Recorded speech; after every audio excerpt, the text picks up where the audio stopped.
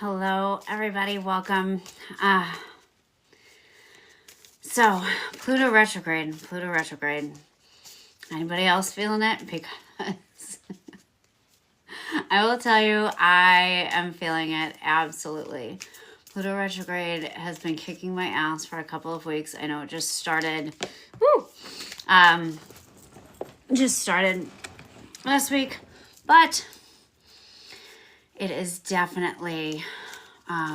I just got off a circle as well that I run on Tuesdays in my school group, and the stuff that's coming up for people is immense, and it's hard to move through sometimes, but it is all this stuff that is so deeply hidden. This new moon coming up isn't going to be any gentler.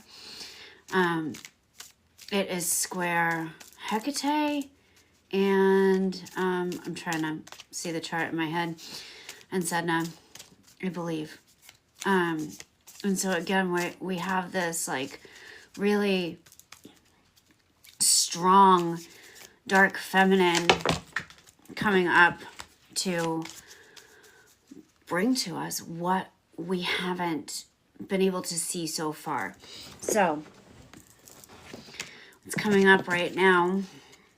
And the first thing that popped out was permission. Permission, allow, trust, and be. And this is permission to get into those deep, dark spaces. This is permission to go there. This is not having to know what it is that's coming up, but somatically letting the body release that. And so one of the ways that feels really good to hold yourself as you're giving yourself this permission, if you have a way of journeying into these spaces, or using some breath work, or using some movement, using some sounding, drumming to get in there, is this practice called havening. And it's quite literally just bringing the arms down, giving yourself that permission, like you wrote yourself a permission slip. Hell, fucking write yourself a permission slip if you need to. Write one out, say, I have permission to go into these deep, dark places. I don't have to know what's going on. I don't have to know what this is about. I know that this needs to move through my body. So as you bring that energy through and give yourself that permission to scream it out, cry it out, rage it out, whatever you need to do, this is permission to be, to trust yourself, your innermost self. Not what society says, not what the patriarchy says, not what any of this other bullshit says, and just fully feel yourself.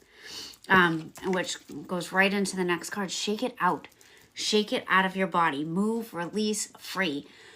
Energy, emotion, it needs to move to get out of the body. And I give this to my clients all the time. Like, when an animal plays dead and their attacker turns away for a moment, that animal takes off like a shot, and then it shakes out its body. It's literally shaking the fear out. And a lot of what's coming up is this deep fear. So whether you're looking at it from a masculine side or a feminine side, little boy, little girl, right? Go to your younger selves. I found for myself, like, the masculine side, younger, within me today had so much fear of not being enough that in relationships, I literally jump in, talk over, need to prove my point right away to make sure that I'm enough, I don't do that now, but that's what that little boy wants to do. That's where it comes from, and I didn't realize that. On the other side of the coin, my feminine side is so afraid of being too much that she doesn't want to overstep boundaries. She doesn't want to do all of this extra stuff. She doesn't want to put herself out there fully, because if she does, she's going to be rejected, shamed, burned at the stake, whatever the case may be. And that still is something that is a daily practice to work through. Getting on here, speaking my truth, daily practice to work through.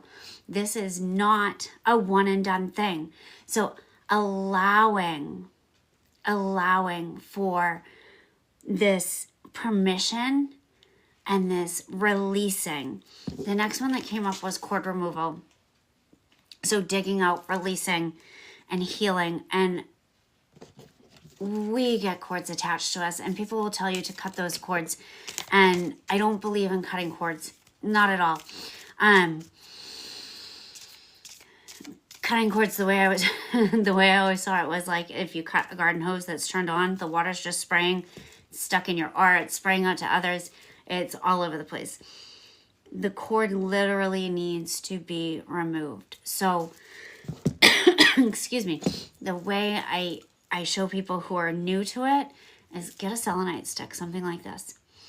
And you can kind of like bring it down your body. You'll feel the energy, but you'll also feel when you kind of hit a stuck spot. And it feels like it doesn't want to quite move anymore. And so you can try to brush that out. If it doesn't go away with the brushing, most likely there is a cord there. And energetically you would feel it. And whichever way you need to get it out. I've had some that twist out. I've had some that I've kind of had to like dig around like I was digging up a potted plant and pull out. Some of them will start in one spot, but it feels like the clown string coming out of the clown's mouth, you know? Where like it just keeps coming and coming and you feel it snake through the body to where it's originally attached. So if you can allow for yourself to find those cords, if you're intuitive, you know you've done this before, feel the body. Where are those cords? And where do they need to be removed from? And again, this is another one of those, like, you don't need to know who they belong to. You may automatically know who these people are who have attached these cords. If you have children, close family members, etc., we attach to everybody we talk to, pass by throughout the day. And one of the best practices that I've ever had is before bed and releasing all the cords that have been attached to me. I'm sending them back to their original senders with love and healing. I'm calling back all of my energy to me because I'm reaching cords out too. And I attach them to my kids because I want them to be safe. And I don't even mean to do it. I attach them to my mom because I want to make sure I'm taking care of her. You know, to my siblings, my niece, like, yeah. So call all your energy back to you. It's not going to harm them at all. It just brings that energy back to you so that you have your energy within you and you'll sleep much better. I know I do. I know my clients do. The next card that just popped out is candle gazing. So light, respect, and clear.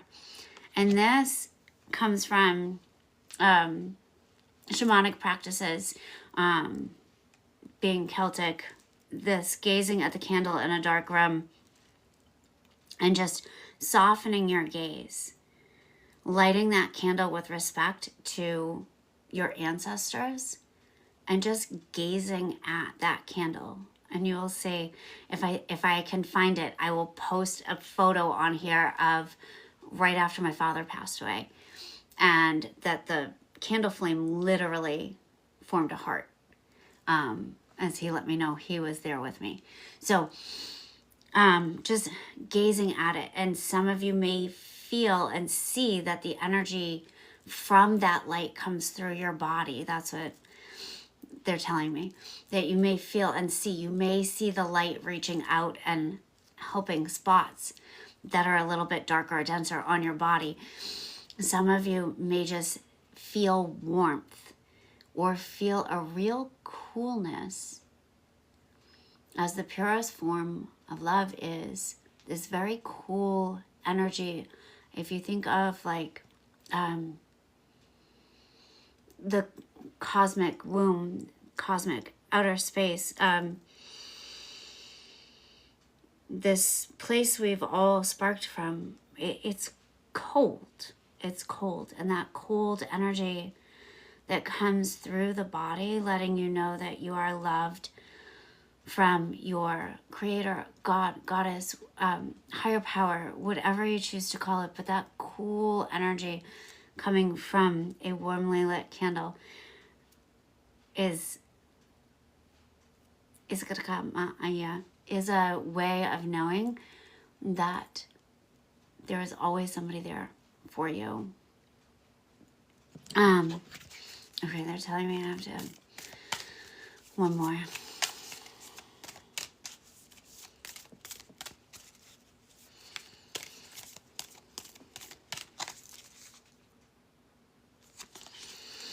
Okay, comfort blanket. Warm, hold, and heal. So when all of this stuff comes up from Pluto retrograde, giving yourself that comfort blanket can, just like the permission, is a way of taking care of yourself. And self-care is so important. And I know you hear it all the time and blah, blah, blah, blah, blah. But this is the love you would give to children in your life, the love you would give to your best friend or your mother or father or whomever you truly care about. So if you just join me for a second, sit, take a breath in through the nose and a big long exhale, and imagine this beautiful blanket weaved of light. Notice the colors, notice the texture, notice how it feels. And you get to wrap this around yourself or around an inner child or an inner teen, inner early adult for some of us. Wrapping that blanket around, being that comfort, whether you wrap it around just you or both of you or however that looks to you. But giving yourself that space to comfort yourself, love yourself, allow yourself to heal, breathe, move in a way that feels good for you. And they're talking about joy. We can do all this healing work all we want. And if joy isn't part of it, it's kind of all for naught. We didn't come here to be miserable. We came here to live the experience of life. So what is something that you love to do? And if you've never really known what you love to do, what would you love to try? And go do it. Go do it, because that is what life is about. So allow for the healing and bring joy into your life. And I hope you all have a beautiful rest of your day.